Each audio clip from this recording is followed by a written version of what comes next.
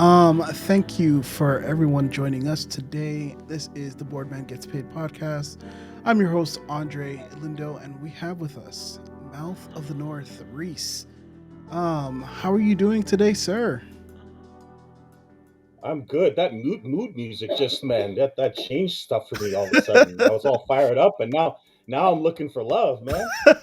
That's my brother. My brother, prod by Lindo, he creates beats and he made that one for me. So I get Very well, not nice. free beats. I gotta actually pay him for that. I should remember. But yeah, it's a nice little beat.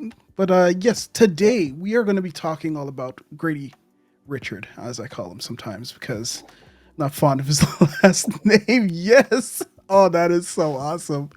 Um, Mouth, please introduce yourself. I call you my resident Grady Dick person. You know a lot about him, and I think you were the first person to kind of call it out online, like we need to get Grady Dick. So, kind of introduce yourself. Tell us about a little bit about you and your YouTube channel and stuff like that. Yeah. A lot of people know me as the Mouth. That's my sort of name when I'm online. I also produce and have a show called The Reece Report on my YouTube channel where I cover numerous sports, from anything from soccer to football to hockey to basketball, you name the sport, and I'm probably covering it if I can get someone on the show. Yeah.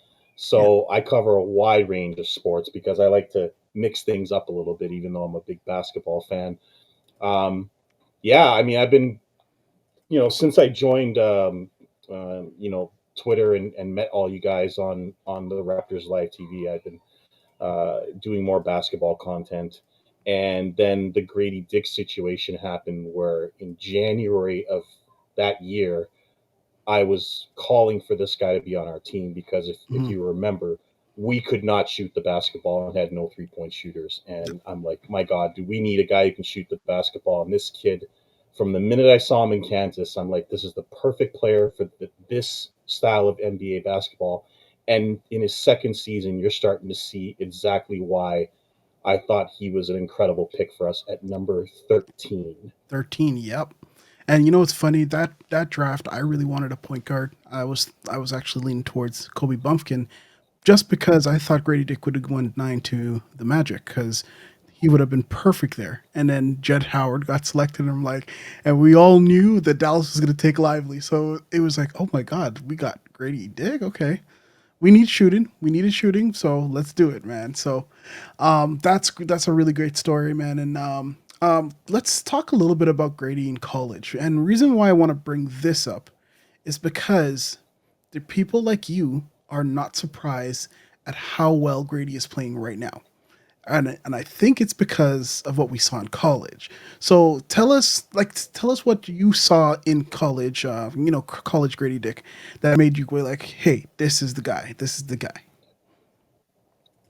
Well, back then we had Nick Nurse as our coach, and we had a heavy isolation style of basketball, and we didn't really have any guys who can get open for shots, and so we had a very stagnant half court offense. Hmm. And I looked at this guy in college, and I said, "Oh my God, he can shoot without the basketball. He can move without the basketball. He can make plays at the fast break. There's so many things he can do to get open for his shot. He was a great mid-range shooter. He could finish very well inside, for someone as small and as young as he was. And I thought to myself, if we can draft him and use him right, he can solve our 3-point issues, Hmm. for sure. And then when other people really get to see how he can move and get inside and fake people out. He can also handle the ball very well as well. Like this is exactly the kind of player the Raptors need. Now at that Hmm. time I was thinking about us winning games and perhaps adding to a core of Pascal Siakam and Van Vliet and all those players. And of course the team is a much different team now than it Yeah. was then. But at the same time, even if the team was starting over, what a great piece to add to Scotty Barnes Yeah. and the future of the team. That would have been great. Yeah. So right now we're showing some, highlights of Grady Dick, and this is kind of, if you look and watch some of these, even these moments you're seeing here, this is like what we're seeing right now in the NBA, right? I know you said tiny, but what did he grow during college? Because wasn't he like? I swear he was like 6'8", 6'9", you know, like when he came out of college.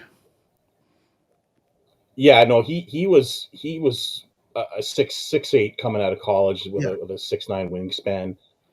But he was slight, and so the concern was he was going to get bullied when he came to the NBA. And I guess from a certain extent, you could say that when he first came in, he was so small, he yeah, didn't weigh a lot, and now he's gained some muscle over the summer, which has obviously led to his stamina and yeah, his ability to run as much as he does. But as you know, my frustration last year was we really didn't use him to his full capabilities, and now this year, and hmm everyone of course said he was just a 3-point shooter, and now you're getting to see the full package.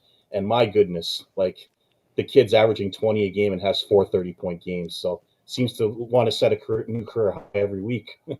yeah. I wanna. We're gonna get to that, but I want to talk about that in particular. That um, so we listened. We saw. Oops.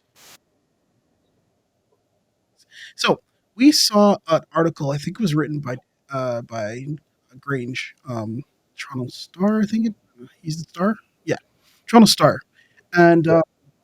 it said it kind of gave a chronological, um, uh, timeline of Grady Dick as a Toronto Raptor, and it started off where obviously Grady struggled mightily at the start of the season, and then around I think it was January, just after the trade, they said Darko called Grady Dick into his office with his coach and said, "Hey, Grady, we're going to give you basically a 2 week mini training camp." And then all of a sudden, out of that training camp, Grady started playing exceptionally. In my interpretation of that is a little different than other people may say it. I think Grange may have written it as in like this is profound training. I don't see it that way, but I would love to hear from you as a person that has been following Grady. What do you think about that situation with how Grady was treated, or at least Grady's development from the start of the season, and then going into that January month of January? So me personally, and many people won't agree, I thought the whole like his first, I want to say 6 months with the team was ridiculous. Mhm. Yeah. If he needed conditioning, you don't wait till December to do it. They threw him into the G League. They just said, "Go try to create your own offense by yourself in the G League." We had a terrible G League team with no point guard, where his skills could not be fully utilized. I'm not surprised at all. He struggled in the G League, and then when we had him up here, Darko told him to go stand in a corner. And so instead of using his full abilities, and Yeah. which we're seeing now, he said, "Go stand in a corner and try to make threes." And I'm sorry, I've been a professional athlete. If you tell a rookie, we only want to use one skill that you have, we want you to stand in a corner and make sure you make shots. You're probably going to be a little nervous, and you're probably not going to make those shots in rhythm Mhm. because it's not your natural way of playing basketball. Now, Exactly. I'll be the first to admit he did struggle, and therefore was taken off of the roster at the time. There were a lot of issues going on with the Raptors at the time too, and I don't think Darko knew what he had. And then the million injuries happened, and to me, by default, he got to play big minutes and start with Yeah. the major starters. So I think that whole conditioning thing was used as an excuse, as the reason why he wasn't playing in December. Yeah, I call it the Kanye workout plan because I don't know what the heck that was, and there was a few players that could have used that Kanye workout plan as well. I know people think it's funny, but in essence, the way that I read that article is that Darko was not prepared to actually coach this team to the best of its abilities. There are reports that he basically forgot about Siakam because he thought he wasn't going to be on a team. He wasn't prepared for certain games, like the Boston game last year, where he actually said, "Hey, I wasn't prepared." And then, obviously, like you said, having Grady sitting in a corner, which is very interesting because Darko has been talking about this point 0.5 offense and the way that he's going to be moving the ball. And of course, a movement shooter would be perfect in a type of offense that Darko's talking about. So then what was the problem here, right? So why wouldn't you want that type of player in your system, playing the way that we saw in Kentucky, or sorry, Kentucky, in Kansas. And now let's just quickly look at, his sophomore season right now. Look at this. He's averaging 20 points a game, 37.3% from three, 48 points, 48% from the field, 44% from field goal range. But I think another thing too is this right here, 1.1 steals. This is very interesting, and the 1.1, 1.5 turnovers. For a sophomore player that was touted to be like just a jump shooter, for him to be getting steals, as then they're saying, he's not a good defender, where teams are constantly looking for him to get into the offense. They're switching on to him, yet he is playing ridiculously good defense for his body in the way that he's playing. Like, you're not saying he's an amazing defender, but he's staying on the court. And then limiting the turnovers as a young player, as someone that has been handling the ball, maybe not so much like bringing the ball up, but like the cutting, the cutting, the going to the basket, the jump shooting, he does this little thing where he does a one dribble in and then step back three. These are things that we see like in a player that is not a second year player. So what do you think happened to him during this time? Is it just opportunity because of injuries? Why he's getting all these shots? Like, what is it, or is it that we're seeing what we saw in Kansas on why he's doing so well? Well, we are definitely seeing what we saw in Kansas, but I think what happened was he went from a guy who was afraid to shoot to a guy who had the green light. Hmm. And I think that's what you're seeing now. He's not afraid to shoot 20 times a game. He's not afraid to let it go. I think last year what was happening a lot is he was hesitating. I don't know if it's because he was told to pass or he was told not to shoot or if he was just wasn't growing into himself yet. But if you see this year, he just lets it fly almost every time he gets the ball. Yeah. And then because of that, guys are running out to him and you're seeing these incredible up and under layups and even a couple of dunks.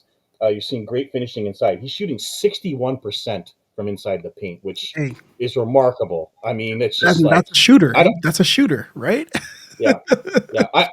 I don't think anyone saw his finishing coming the way that he's been doing it this year. I mean, he got to the line 16. He had 16 free throws last night when they played the Bucks. So like he's showing us even more than perhaps we even anticipated. But I think it was I just think he got to that point of the season in January. It's like I've missed half a season. I Mhm. better just play my game and not worry about anything that's going on with the team, the trades, the coach. I'm just going to play my game, and I think that's what happened. Really, And then the muscle that he put on as well really helps him in the conditioning, right? Like, I'm watching this guy run and run and run, but this is a good transition. Like, comp, who would you kind of compare him to? Basketball player. I'm going to tell you who I think, but I want to hear what you think. What's the like the comparison of him as a player? I want to hear what you think. so me and Beyond, who you know from Twitter, have discussed this at length. And the defense is not there yet, but Clay Thompson is the comp. Okay. Um, if you watch Clay Thompson in his prime for Golden State, Hmm. he's not there yet, but he plays a lot like Clay Thompson. He moves like Clay Thompson. He even lays the ball up like Clay Thompson. His defense, the steals are there. Maybe he's not a great defender yet, but the comp for me at his absolute height would be prime Clay Thompson. Okay. Um, in his second season, he's doing he's even exceeded my expectations, and Yeah. he's starting to show the quick release. I mean, you see Clay. He's got Mhm. a quick release around the same height. Like I think the Clay Thompson is the Cool. guy. I actually I don't agree with that comp, just because of the defense, and because I still feel that Clay is more of just a shooter. I think he's a little bit more dynamic. I actually think Grady is a little more dynamic, and I more like to compare him to Devin Booker. Okay, I think Wow. yeah, and you have to watch the way Devin plays when he's like coming off screens and the player movement, the movement around screens, the way that he gets into towards the basket, the finishing. Like I've never seen Clay finish the way around the basket that Grady does, but I've seen Devin Booker do it. And I kind of think he has very, very, very similar, but I think he actually has a better opportunity to be a better defender than Devin Booker just because of his size, right? Devin's what 6'6". This guy's 6'8". He has a long frame. He just needs to stay in front of his player, learning how to get into the passing lanes. I think that's where I see him being, and I think he can score with the likes of everyone, right? I think he needs to shoot way more. Like the other night when IQ was playing, I really didn't like that situation because it seemed like we were trying to IQ was trying to put the burden on his shoulders and try to score and win, and that kind of took away from Grady. We always talk about Arco.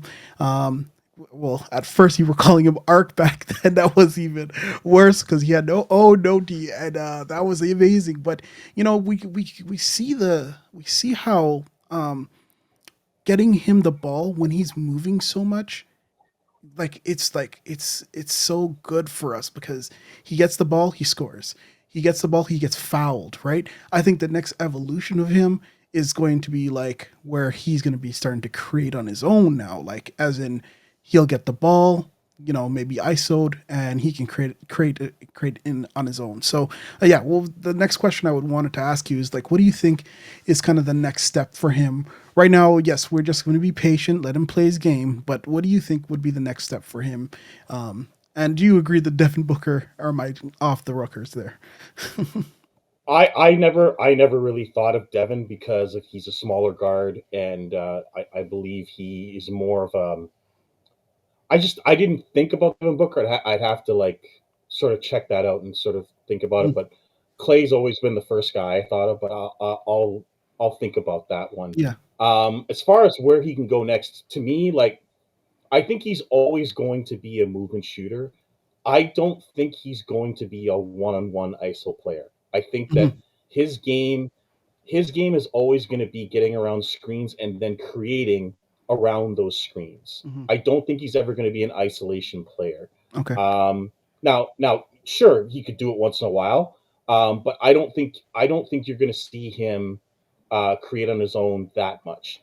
Hmm. Maybe there'll be a time when he can get to that point, but I think that his game is about moving through screens and back cuts and creating his offense that way and off fakes when they're trying to run out of him for threes. Yeah. Then you'll see the guy that tries to finish inside, but I don't think it's ever going to be a one-on-one situation. He does have a nice handle, but I don't think it's KD level, and I Yeah. don't think it's Devin Booker level handle. And Hmm. so therefore, that's why I didn't think of Booker, because Booker's Hmm. handle is like Yeah. really, really And special. that's And because so he's I smaller, just don't, right? My yeah, my I only don't think he's concern he's gonna be, yeah, yeah, Yeah. My only concern right now is, and this might be controversial in a sense, is the fact that our point guard isn't a pass first point guard, and that he's correct. more scoring. He's more of a, I would say, more of a two guard. At this point, just because of the nature, and I think it's more maybe it's because he's trying to establish himself as he got this big money and needs to score, but and it could be the Darko system or whatever. But at the same time, I feel like when I know it sounds weird, but when Davion Mitchell is on the court and actually having to move the ball because he can't shoot, it actually frees up Grady to do so much more. Um, What do you think about maybe getting more of a pass first point guard, or maybe developing Shed into a more of a pass first point guard to help elevate Grady's game? Well, I certainly I want Shed to be the backup point guard. Same. Thank you. I'm not the biggest Davion Mitchell fan. I understand that he's had moments and he's had big point games and he's played okay, but I am a Shed guy. He's a really good defender. He is a pass first point guard, and I would prefer to have him be the backup. And I think he will be eventually because I don't think Mitchell's going to be around next year. No, And he might be traded. so Might be traded at deadline. The problem with IQ is when IQ comes into the game, he is looking for a shot.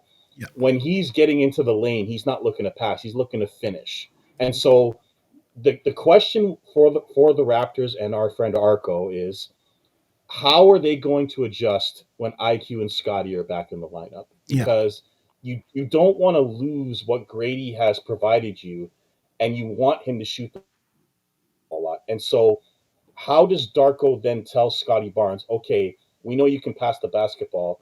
Um, can you look more for Gradey? And maybe instead of taking that 3 pointer, get your butt inside the lane, and it creates more openings. Oh, man, oh man. See, now we're getting into this conversation. Like, and I think I talked about this in an earlier podcast. Is that I really, really wish Scotty would play that similar point forward position that Jokic plays because of how dynamic he is. And you got Grady on one side. Like there was this game where Grady and Battle were playing so well, and Darko refused to put Scotty in the game. I just think about like the gravity and the amount the way the things would open up if Grady and Battle were on either ends of the court with Scotty in the middle. It felt like that. But yeah, I agree with you. I think because they're kind of shoot first, it's going to be a little bit difficult. But I think when Scotty likes to facilitate, and that's how I feel that I think you were absolutely right that Grady was the perfect pick or perfect fit for a team like this that is building. And I can't wait to actually see Grady and Scotty with Grady playing at this level and seeing what they can do. So we're here watching the kind of Laker game here. Of like, look at this.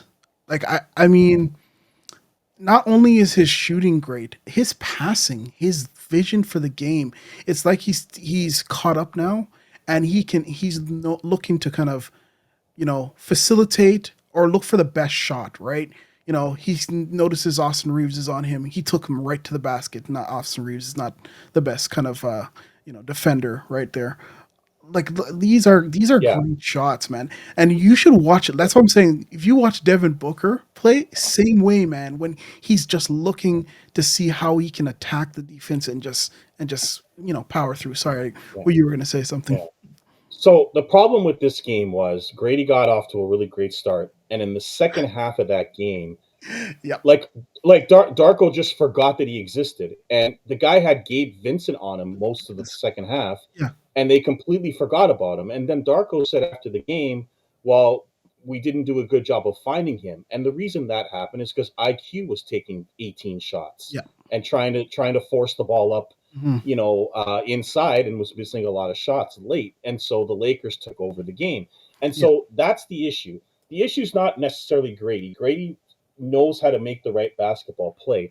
As does Scotty. The question is, are they going to defer to Grady when he's hot or when it's the right moment? Mhm. Is Darko going to keep him on the floor when he's hot? Because we've seen Darko a bunch of times take off the hottest player on the floor off the court for no reason. Here's the other thing: if you watch that Laker game, Grady sat for half of the third quarter and half of the Yeah. fourth Like quarter, 7 minutes. and he like that happens way too much in the game. And I understand it's because Grady's running a lot, Mhm. but you cannot take him out that long and expect him to have that rhythm in the fourth Yeah. quarter, and that's what leads to the bad second halves and to the low second half outputs. Yeah. And so Darko's rotations are a major concern. And Mhm. then when he has more players at his disposal, how does he divvy up the lineups and minutes? I'm telling you right now, that's going to be a big factor when those guys come back because Grady's got free reign to shoot as much as he wants now. But we're going to see what happens when those guys come back because it's gonna change a lot. So, How um, would you like when they do come back? We get the whole squad back within like 2 months or so.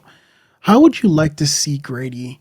Or how would you like to see them adapt to the way Grady's been playing, especially right now? Like how would you well, want to see the offense? so here's the problem: they're playing Jakob Pertl as the hub, and it's one of the dumbest things that I've seen on a basketball team in my life. He can't shoot threes. He's an okay passer, But what happens is when he's at the top of the paint where the free throw line is, and the Lakers did this in the last game that you just showed, they Yeah. all backed up into the paint and Hmm. said, "Go ahead and shoot."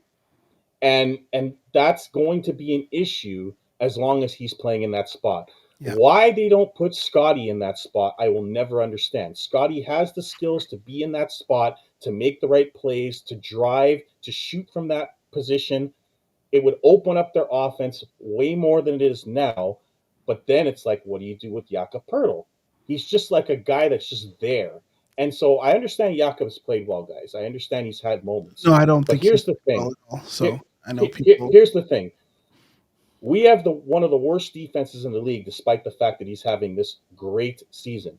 Okay, so you're bad defensively with him on the court, and then he hurts your offense on the other end. And so until Scotty Barnes and Darko figure out that he's got to play in that hub spot or deep in the paint for the team to be more successful, we're going to continue to struggle because you have Yak up there with four guys sitting out of the 3 point line. And so that leads to hopefully Gradey back cutting more and getting his offense that way.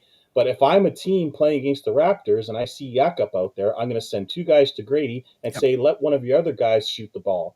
Hmm. And that's what's going to end up happening. And Yeah. so there's a lot of things that need to be done to improve the team offense and especially the team defense. And I just don't trust Arco to get Yeah. that done. And so you're going to have a team with a really bad record and hoping to get Cooper Flag. Yeah. One last question. I would love to hear your thoughts on this. Like, what do you think about running Scotty and Grady in a pick and roll, where Scotty's the ball handler in the pick and roll? That would be an awesome idea. Here's the problem, Andre. We don't run pick and rolls for whatever.